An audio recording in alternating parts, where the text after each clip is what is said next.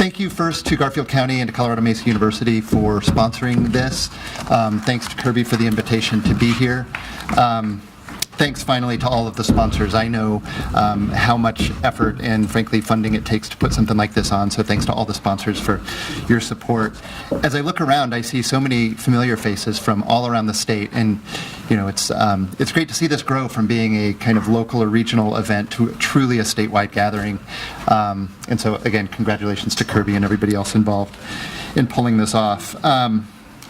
So I thought I really enjoyed Daniel Ramey's talk. I think a lot of us are going to go home thinking about the heads up versus heads down paradigm.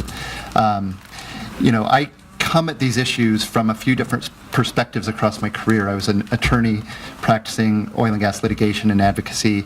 I staffed the Oil and Gas Commission early in my time there. And now, by virtue of my position at the department, I get to sit on the commission as a commissioner. And so I see these from a lot of different perspectives. And I can say with real confidence that I think the commission has evolved from, or let's not say what it's from, but at least to, I think, a very heads-up model where we seek to engage, we seek to make fact-based decisions that consider various viewpoints in a process that allows those things to be aired. And I'm proud of what we're able to do as a result. So, but again, I'm going to think about that on the drive home, like a lot of you might. So I'm going to structure my remarks around a little bit about what we've done in the last year, a little bit about what we're working on now, and then a few thoughts on what we hope to accomplish in the next year or so. As far as what we've done in the last year, really much of it was occupied by the investigation into and the response to the explosion and fire at the home in Firestone. You know, the commission issued a notice to operators on May 2nd that called for a couple of different things. First, operators by May 30th, this was issued on May 2nd.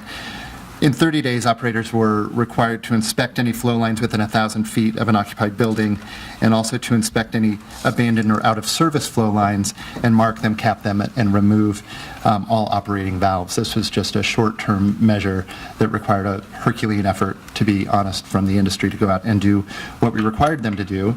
And then by June 30th, another 30 days out, operators were required to test all of those flow lines for integrity and report the results to the commission, and to ensure that any abandoned or out-of-service flow lines were had been abandoned in accordance with the commission's rules for doing so, which requires purging them, capping them, cutting them off below grade, essentially to ensure that the circumstances that led to the fatal home explosion in Firestone couldn't physically happen again.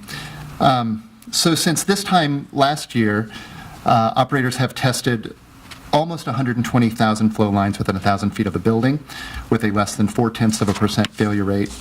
They have 5,800 of those lines, or just over that, were within municipalities, and only 3 of those failed their integrity tests. And any of the failing lines, all of the failing lines, have been repaired or abandoned. So again, kudos to the Oil and Gas Commission. This was a, I think, robust regulatory response by the commission and by the industry. Coming out of that, one of the things that the governor called on us to do was to enhance our flow line regulations. And so that, again, took up a lot of our time in the last year. I can say with confidence that now we have the most robust and up-to-date flow line regulations in the country to ensure that lines are constructed properly, operated safely, that records are kept, and that they're abandoned in compliance with the rules. There were 28 parties to that rulemaking, many of whom are in the room, so hello again. We took 2 days of testimony at the commission level, and then a full day of deliberations before they took action, or before we took action, and that was done on February 13th. So thanks to the commissioners for working through that.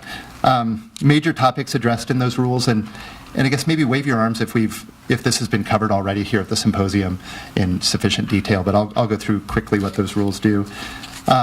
First, they close some regulatory gaps. We've sort of asserted our jurisdiction while acknowledging the regulatory authority of the PUC and PHMSA, the Federal Pipeline Oversight Agency, over types of flow lines and pipelines. We sought to regulate where we could and ensure that there weren't any gaps in that regulation. We addressed integrity management. We moved from an annual integrity test requirement to a real regime that allows operators to verify integrity from a list of possible methods: pressure testing, continuous pressure monitoring, instrument-aided leak detection, or smart pigging. And then finally, and there are a lot of topics here, but finally is to address mapping. This was an issue that got a lot of attention after Firestone. The rules as adopted by the Commission required operators to register all of their off-location flow lines with the Oil and Gas Commission and to provide GIS information to the Commission that's exempt from CORA but can be shared with local governments subject to a confidentiality agreement to ensure that local planners and emergency responders have the information that they need. So that was the balance that was struck there. Other topics include requiring companies to be Tier 1 members of Colorado 811, the Call Before You Dig program, flow line abandonment was addressed, domestic taps were addressed, accident reporting, and other matters. So again, big deal rulemaking, lots of different perspectives considered as part of that, and in the end of the day, again, pretty proud of what we were able to do there. The final rulemaking that we undertook, and this was done in mid-February also, is to address the mill levy. So the Oil and Gas Commission is funded by a tax on production or a fee on production called the mill levy. Historically, mill levy revenue is made up between 60 and 70% of the Commission's operating expenses. Low commodity prices have led to lower mill levy revenues coming in the door, and we have backfilled those over the last few years by using severance tax. As has probably been discussed here, severance tax revenues in the last year have hit a real decline, and I'll address that in a little more detail. But because severance tax wasn't available to backfill the declining mill levy revenue, we started looking for ways to shore up revenue at the Commission to fund operations. And so on February 12th, the Commission held a rulemaking hearing to increase the mill as allowed by statute by 4/10 of a mill to meet those projected revenue shortfalls.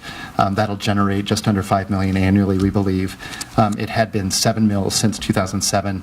We've got the authority to go up to 1.7 by statute, and we went to 1.1. So that's all stuff that we did in the last year. What we're working on these days, severance tax is certainly one of them. Starting in December, we became aware that severance tax revenue, which does fund some operations at the Oil and Gas Commission, but funds a lot of other important state programs, important throughout the state, was declining precipitously, and this was due to low commodity prices.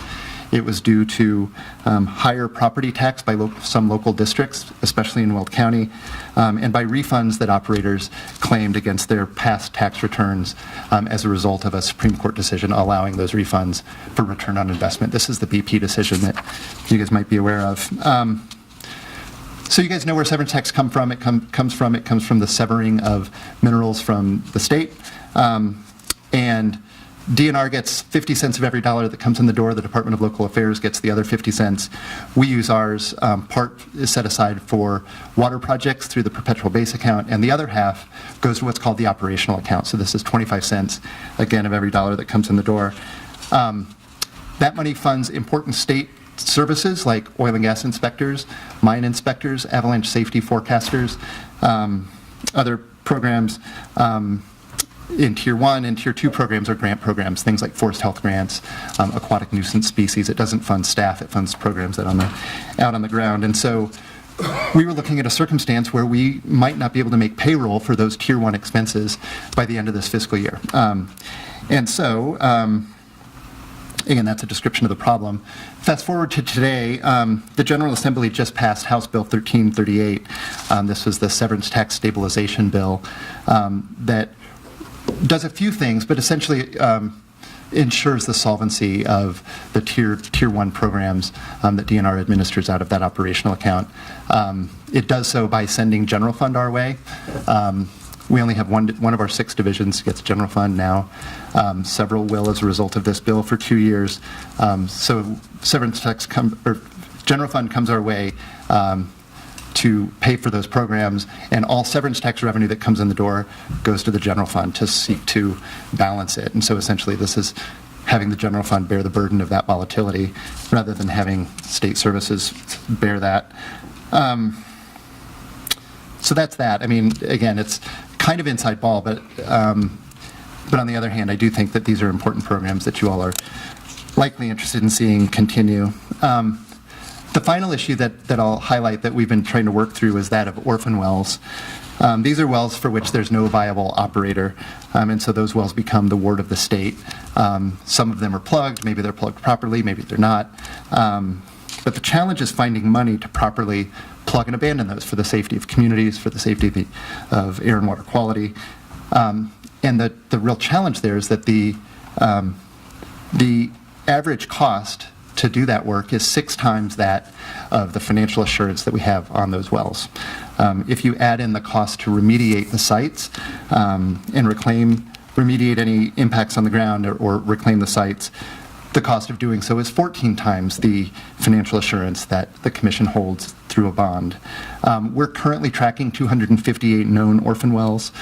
We believe there are about 300 others that would require reclamation, and there are an estimated 400 others that are in historic fields that we believe could need some integrity work. And so you can see that that's sort of untenable in that we don't have bonds sufficient to do that work. Currently, we've gotten, for the last several years, we've had appropriated just under $500,000 to do work like this. That's allowed us to do 10 to 12 orphan wells a year, 6 or 8 sites that need to be reclaimed. We can get that work done in a year. But at that rate, it would take decades to work through the known backlog of orphan wells when we keep becoming aware of additional wells as time goes on. So,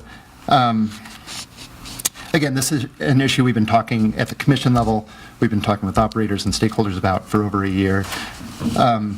We had a provision in the long bill that increases our spending authority. It doesn't give us any new money, but it gives us the ability to spend more if we can get the money to do this work from, again, about $500,000 before. It was $445,000 up to $5 million. Again, it didn't come with any new revenue to support that, but it does ensure that we can do that work if the revenue comes our way, whether through whatever means. So, we've got about a minute left. Quickly, a few of the things that we hope to accomplish in the next year that are important to me to foster is, I'd really like to get a conversation going about geographic planning for oil and gas activities.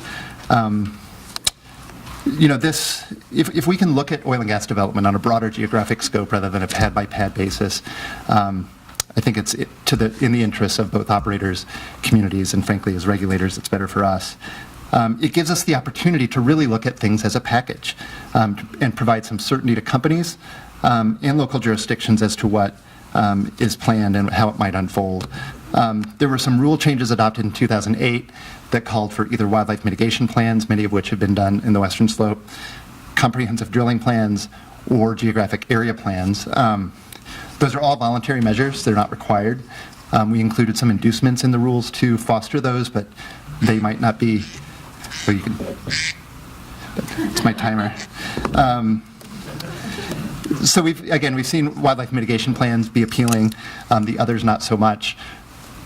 A few local jurisdictions on the Front Range are working with operators on comprehensive drilling plans. There have been some bumps in the road there because, again, the rule isn't very prescriptive about the process that should be, but we're hopeful that will yield a good outcome. So I think we can all agree that having these plans in place would enable operators to proceed a little more thoughtfully, have their infrastructure planned out, would provide them some certainty. And that's also in the interest of the local government. So my appeal here is, can't we work on this a little bit more? Second thing I'll just flag as far as things that we hope to accomplish.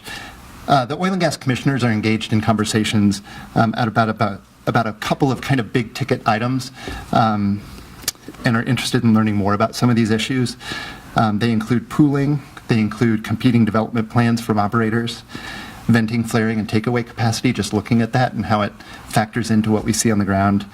Financial assurance is a matter that we'll be convening a stakeholder group, technical working group to work through, once the session's over and we get into the summer. And then the permit processes for drilling and surface locations permits. And so, I'd really, again, the Commission's interested, I think, in learning more about these things, and it's my hope that we can use some of the information gathered there and share it with the next administration as they come in and think about what their legacy on oil and gas issues might be. So with that, I'm going to hand the mic over to Larry, or Dr. Wolk, and I'm going to stick around and we can take questions together at the end of this, so sort of keep track of what you might want to ask me, and we can do that in a minute. Thank you.